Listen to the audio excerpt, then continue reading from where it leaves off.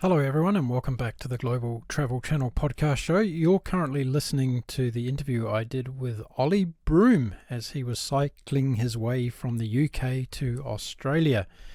Now, we left Oli in part one as he was just about to arrive in Australia, in Darwin, and continue his cycling journey across to Brisbane. So why don't we catch up with Oli again now and listen to what happened next. So let's jump forward to the Australian part of the trip. And where did you arrive into Australia? Was it Darwin? Yeah, Darwin. Must have been sort of middle of September, just as the winds were picking up, making cycling a bit more tricky. But I got a boat to Australia from Jakarta. Everybody does. Do they? Well, yeah. That's how they all got here, and that's how they all got here in the first place, right? Well, it's a very good point. I'd argue. So you're obviously on a boat right now. So that's how you got to Australia, I'm guessing. No, I didn't. This one was already here when I got here, but okay. I was relating more back to 200 years ago. I know you were. when New Lot first came out here. So nothing's changed really in 200 years. You're still arriving by boat, aren't you? Yeah, exactly. Yeah. No, we are. I'd be interested to know how many people though have arrived in Australia in the last 20 years on a cattle boat. On a cattle boat. Yeah, I was very lucky. I don't know. I don't know if Well, I'd love to hear if anyone else has managed it. I basically coerced the captain of a cattle. Well, I actually didn't coerce the captain. I coerced his boss. But anyway, I managed to get on a cattle boat that was bringing beasts up from Australia to Indonesia, and then going back empty. And during the journey back empty, the crew just spend the whole time cleaning out the boat, the ship. And so it's and then there's a couple of spare cabins, and they let me have one. So it was pretty cool. Actually, you've laid down a really good challenge to find out whether anybody else has done it. And while you were talking about that, I've actually got a mate of mine who rode a motorbike across Asia and back into Australia to Brisbane, and he went across. I'm going to find out whether he got on a cattle boat as well. There you go. So we'll find out if somebody else actually has done it. Yeah, there you go. If he opened the batting with a man called Dick Slaney. I can't remember what the team was, but the game was in Bogor, just north of Jakarta in Indonesia. So if he was opening the batting with Dick Slaney, who was the managing director of Elders, who was the cattle export people, then maybe he did get a cattle boat. That's how I managed to literally in between overs. I said, "What do you do, Dick?" And he said, "I export cattle from Australia." And I said, "Oh, interesting. Do they come out by ship and by boat?" And he said, "Yes." I said, "Any chance of a lift back?" And he was very kind, and he managed to sort it out for me. Wow! And did they have to spray you on arrival in Darwin? Yeah, big time. Yeah, I remember that. Sprayed my bike, sprayed my shoe, everything. Yeah, pretty much everything. I remember that clearly. That was a bit of a pain. And then cycled. I got picked up by someone from the North Australian Cattle Company, and he took me to a place in Darwin where I stayed, and then across Australia. I was very lucky because I had this cattle introduction to Australia through Elders and the North Australian Cattle Company. I then stayed on various stations across the Northern Territory and Queensland, which was a hell of an experience. That was a bit of the universe looking after you, wasn't it? Yeah, it was very very cool because obviously some of the great farms of the world in that neck of the woods. I mean, some of the biggest farms in the world, and the way they look after their cattle is very different to most parts of the world. So it was fascinating.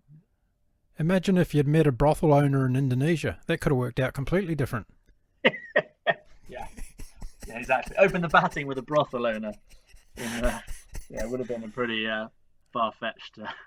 I'll put that out there to all my listeners. Has anybody ever opened the batting with a brothel owner before? I'd like to hear from you if you have and understand what that experience was like. Maybe Dick Slaney was also a brothel owner. I don't know, but anyway, he sent me on the cattle boat. Well, I'll tell you what, if he was involved in the cattle business, he probably was. Exactly. Yeah. Yeah. So, okay, so you've done most of the world, but you've arrived in Australia, which is a fairly big country, and it's quite notorious getting across the outback on a bicycle, I would imagine. So how was it? Did you underestimate that part of the journey? Well, inevitably, yes, because I'd already cycled across 22 countries, and I arrived in Darwin, got my map out, and I looked at it, and I won't tell you what I thought, but well, I thought, well, I will tell you what I thought. I thought, blimey, this is a long way. This, I sort of knew Australia was big, but it's 4,500 kilometer bike ride to get to the end. You sort of think, oh, I've done 22 countries, just one to go, and then of course it hits you. It's actually quite a long way. And I mentioned the winds. The winds in Australia around September time, they pick up from Brisbane, from the east coast, and they sort of swirl up towards Darwin. So of course I was starting to cycle from Darwin to Brisbane around that time. So the wind was my biggest enemy in Australia. It was hellish at times, and I would be cycling along at 3, 4, 5 kilometers an hour, simply because it was like cycling up a mountain. I mean, it was, but harder. I'd much rather a mountain than strong wind. So what about camping out in the outback? Were there nights when you're on the side of the road with snakes and scorpions and everything else in this country? Yeah, absolutely. So Australia was where I camped out the most, probably. And yeah, there was I didn't actually see I did not see a single live snake. I must have seen over 1,000 dead ones, I'm afraid, by the side of the road and that kind of thing. Saw a lot of spiders, a lot of locusts. Locusts used to fly up and hit me in the face the whole time. So I used to have to wear this mosquito net over my face when I was cycling quite often. You didn't put it on your cricket helmet. I should have done that. Yeah, I should have been wearing a cricket helmet with a grill, and that would have protected. With a grill. Yeah, that would have been handy. Yeah. No, but I used to camp a lot without my tent cover, so just the mosquito net bit, and that was magic because seeing the stars, Milky Way, from just lying in bed was pretty amazing. Yeah, so I camped the whole time. You should have probably put on, I was just thinking about your locust problem, you should have probably put on one of those Star Wars type trooper masks, and worn that. Yeah, funny enough, I didn't have one with me, which was... Well, don't laugh too much, because there's just been a guy that's actually walked across Australia from Sydney to Perth, and he's pushed a wheelbarrow the whole way, and he wore that uniform the entire way. What? Yeah. That is crazy. So don't laugh too much at my suggestions, because there's people out there doing it. So he walked across the Nullarbor. He went to Sydney to Perth in a Star Wars outfit, and he pushed a wheelbarrow the whole way. Oh my God!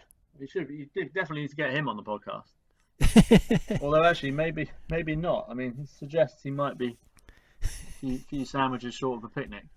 No one's seen him after he arrived in Perth, so not much chance of exactly. on the show. Yeah. Now, when you got to Australia and you were fighting these winds, was there any concern that you weren't going to arrive in Brisbane for the time of the new ball, or what? No, if I'm honest, not really. I mean, I actually had quite two and a bit months was quite a good time. So I always tried to cycle 100 kilometers a day, and I had 4,500 kilometers to cycle. So even I can work out that's 45 days. So and I arrived in Australia. I think it was just over 2 months from when the first ball was going to be bowled. So I had sort of 15 days leeway, and then sometimes, but so I tended to do 100 k's a day. And if I was cycling at 3 or 4 k's an hour, that was only ever for an hour or so. Like it wasn't the whole day. Sometimes the wind would abate, and I could get 25 k's done in an hour, and then I'd be back. So actually, if I was cycling all day, I tended to cover between 80 and 120 k's. So I sort of timed it quite well, really. So tell us about the arrival day in Brisbane. Was it a big staged event? Did you go and have a shower and wash up and do your hair and makeup, or how was it when you arrived in Brisbane? What time of the day did you arrive in Brisbane? Must have been around 2 o'clock or something like that, because we went to the pub for lunch when we got there. But the arrival was, I was actually watching the video of it only last week, for the first time in about 6 years, because I was looking back at some stuff that Lotzi, the Hungarian, had sent me recently, and it was incredibly emotional, I have to say. So my folks flew out to go and come and watch the cricket with me. So they were there. My cricket coach from my school when I was 7 years old was there. I was 7 to 13. I was there. So he was there because he was also Andrew Strauss's cricket coach. So I was at the same school as Andrew Strauss from the age of 7. Now, for the 99%, for the 99 percentile that are listening to my show today, the name that Oli keeps referring to as his icon from school days is, or was, the English captain of the English cricket team at the time. Exactly. Yeah. Icon is going a bit far, isn't it? But yeah. Well, I'm trying to give you some kudos here. Yeah. And okay. So my first cricket coach was there, a couple of officials and stuff. But so it was a very emotional thing. I mean, I think I'm allowed to tell this story. Just trying to weigh it up. I got flashed in the Outback by a girl who then was waiting at the Gabba for me. Hang on. Go back a bit. You're being a bit too vague on this this whole point here. Okay, so now that you've opened your mouth and you've told us that you got flashed in the Outback, explain what that is actually. Where did this happen in the Outback? Well, God knows. It was literally the middle of nowhere. We hadn't seen a car for hours. Yeah. And this orange car came towards us and drove straight past. Yeah. And we spotted there were two girls in there. Yeah. Anyway, thought nothing more of it. And then the following day, we saw the same car coming back. Yeah. I mean, again, probably hadn't seen a car in between, like, the next day.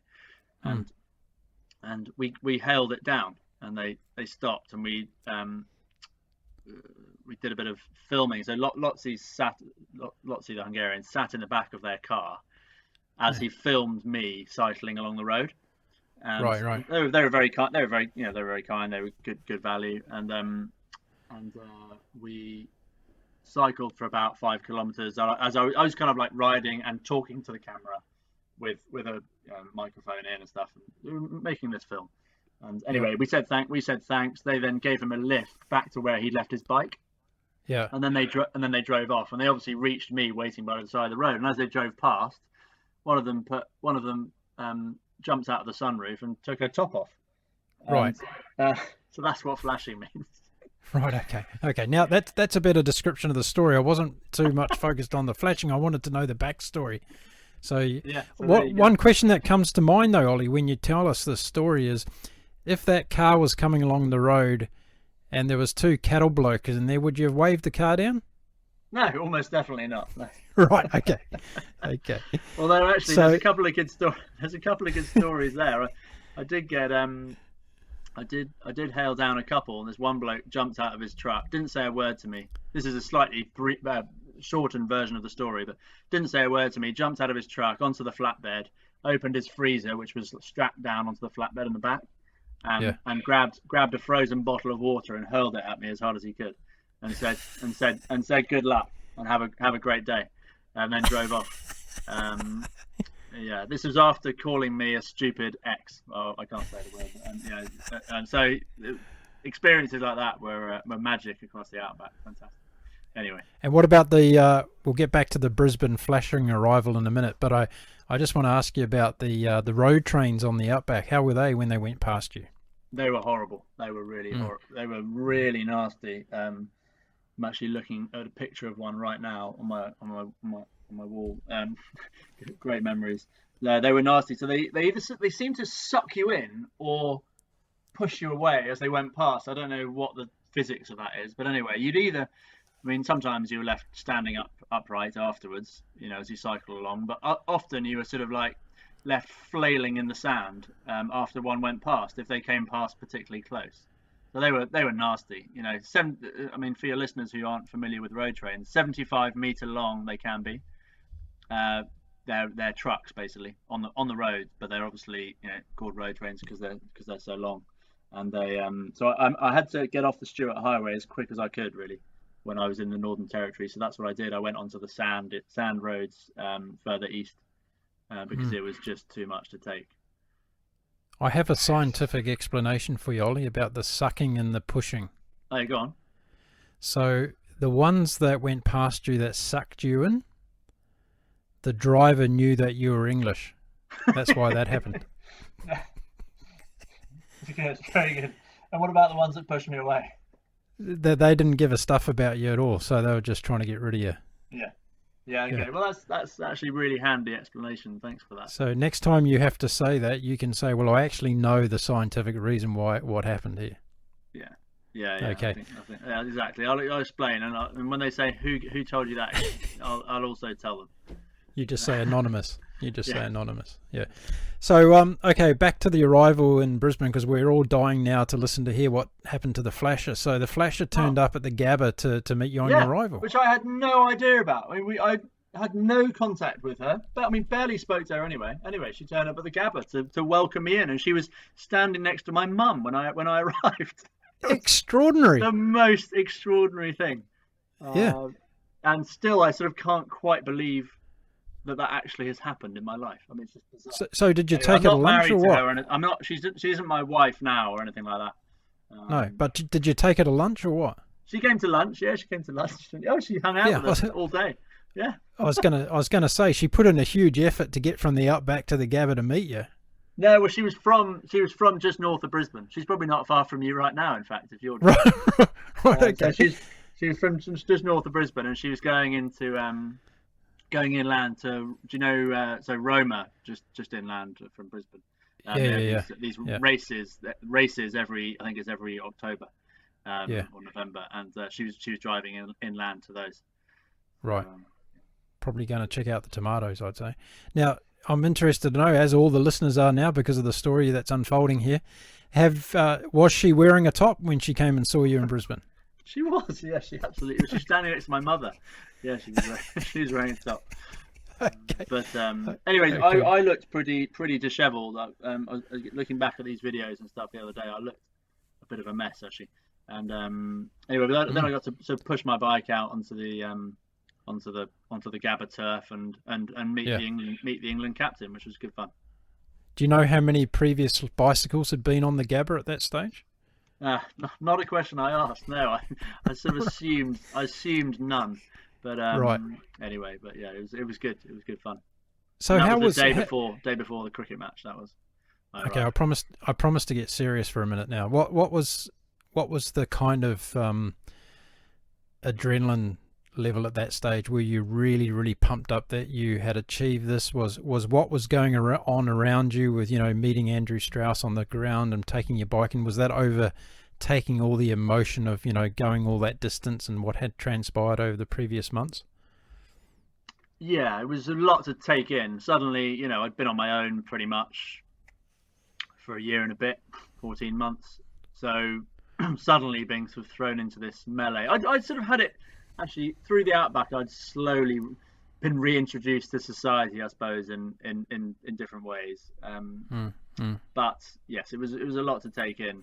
I think completing it, sort of, just thinking about it now, it probably changed me quite a lot. Actually, it gave me a lot more confidence in myself. And I mean, obviously, I wasn't having these thoughts on the day that I arrived, but certainly looking back, I felt like it was a big moment in my life, sort of completing that ride. Because if I'm honest, I didn't set out to complete it. I set out to give it a go. And there was a decent part of me that thought, I'm just never going to be able to do this. Like, it's just crazy. I'm not an endurance athlete. I'm not fit. And yet, I had, and it just gave me it gave me confidence in all sorts of other parts of my life as well, not just like the ability to do something you don't think you can, well, not just the ability to achieve something physically that you don't think you can do, but also like take on stuff that you've previously been afraid of, like public speaking, or doing a podcast. There's loads of stuff that I sort of these days am pretty relaxed about doing that I never was before. So I mean, without getting too deep into it, I mean, it definitely was a big moment. So, listen, for those people listening today who might be on the abyss of making a life-changing decision like you did, what would be a couple of pieces of advice that you'd pass on to them and say, look, this is what you should probably consider? Well, it sounds really trite, sounds really sort of like easy to say it, but just everyone, is a bit of a cliche. It's just do it. Like, it's really, you've just got to jump. You've just got to leap. And I think, that's the thing stopping a lot of people from doing stuff like that, is that sort of not just making the decision to just go for it, just do it and see what happens. What's the worst that can happen? The worst that can happen in my case was I just like turned around, went home. Yeah, I failed, but go and get a job. I mean, I would say just leap at it and do it. And then I'm just trying to think of another piece of advice, really. Give me a moment. Perhaps you'll ask me something else, and then we can come back to it. Well, I wanted to dive into the cricket now, because a couple of days later the cricket started, and the Brisbane Test match was the first in the series. England had won the series back in the UK 2 years before, so you must have come out pretty cock-a-hoot that the English had a good chance of knocking the Australians off at home. Yeah, I felt pretty confident. And of course, having the opportunity. I mean, I stayed out and watched the whole series, so it was a great thing. It was a great time to be out in Australia as an Englishman, because we did win. So you went to all the matches in the end? I did. Yeah, I went all around the grounds, and yes, I did. Did you cycle between each one? Absolutely not. No. Your Australian geography is as bad as mine. Well, I thought you might want to add another 15,000 kilometres to your trip. Sadly not. I'd love to. I did spot a bike on the Nullarbor. I got the train across the Nullarbor Plain, which is, obviously sort of east of Perth, and there was a bike there, and it was a little sign next to it saying this was the first bicycle to be ridden across the Nullarbor Plain, and it was like the most awful bike. I mean, it must have been back in the 50s or something. Yeah. Quite amazing. Amazing people have done that. Well, I'll tell you what, after this show, I'm going to send you a link to another podcast I did with a young Aussie guy recently, who's actually going across Australia on a penny farthing at the moment. Really? Yeah. Wow. So, he's got an interesting story. But listen, let's get back to the cricket, because I want to focus on one of the matches, and that's the legendary Melbourne Boxing Day test. How was it to be in Melbourne on Boxing Day? Well, it was magic. It was magic, beforehand. We were in the pub before the game even started. It was great fun. And then, of course, well, not of course, but that day, the first day of the Melbourne Test, was one of the great days to be an England supporter. Australia were all out for 98 that day, if I remember. Yeah, exactly. We bowled Australia out very cheaply, which was, for your American listeners, is a good thing. And then, and so it was fantastic. Yeah, I managed to sneak into the pavilion seating as well somehow. I don't know quite how, but and sort of got best seats in the house and enjoyed the day. It was great. 100,000 people watching England. 100,000 Australians, I should say, watching England stuff the Aussies was pretty good fun.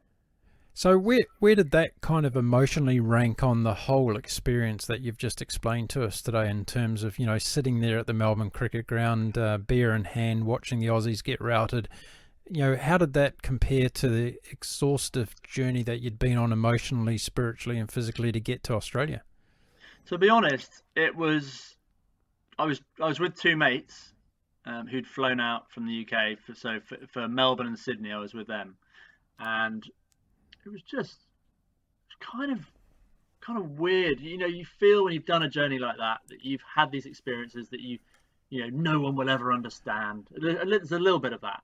And so, but you feel very sort of protective about those memories as well. You sort of, I think that reintroduction to normality was, in those first few weeks was relatively easy, and then it got harder once I got back to the UK, where it was, genuine normality.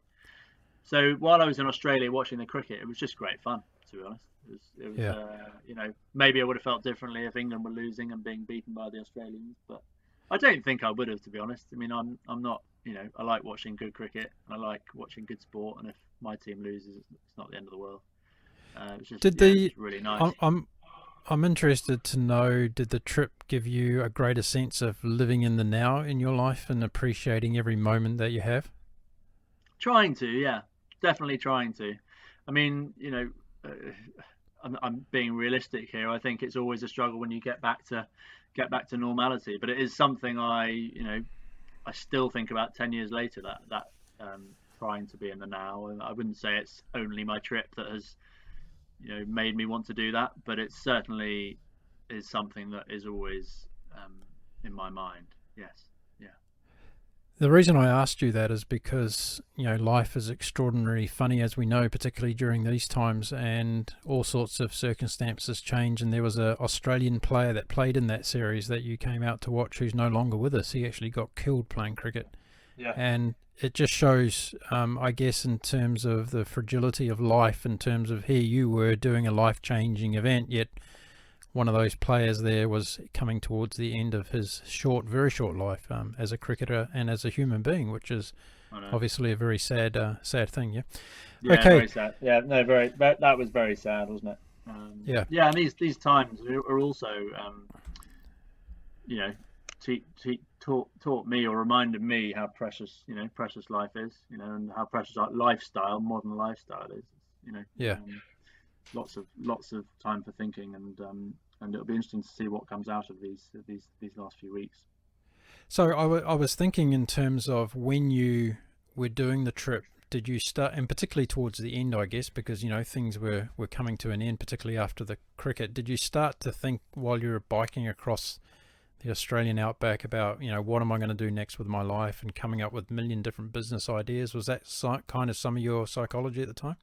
Oh my word, I came up with so many business ideas, none of which would have been any good whatsoever. But eventually, I also thought about this idea of getting involved in the travel industry. Actually, the first thing I wanted to do was write a book about my trip, which I did. So that was that. And but when I got back from Australia, and this was sort of, what was this, mid January 2011. I was a bit lost, to be honest. I was trying to get a book deal. I was a bit lost. Wasn't going to move forward with any of these sort of rubbish business ideas that I had, and then a job description landed in my inbox, and I just went for it. But basically because it involved more traveling. So I came back from my trip, the aim of which was to come back having a decent plan for my life. And if I'm honest, I didn't. After those 14 months, it took me a little longer, probably another couple of years before I did have a really decent plan for what I wanted to do. But ended up going to live in Rwanda in Central Africa for a couple of years and running a charity there. Mm. So quite a significant life-changing event again. Yes, and it was didn't feel like a big decision, actually, to be honest. I mean, it really didn't. Perhaps because I just spent 14 months away, the thought of going away for another couple of years and having another fun adventure. I was single, there was sort of nothing holding me to the UK. It didn't feel like a particularly big decision, which I think is another thing I learned about life when I was on the road. Not every big decisions aren't always that difficult to take. You just sort of have to just make them, and you get into the habit of making them. Yeah. So yeah, it was great. I loved Rwanda, still love it, still go back there at least once a year, and it is one of the most magical places that I've ever been to. So the concept of taking a slow bike ride from the UK to Australia kind of grew into a business idea, and these days you're doing tours as well. Is that right?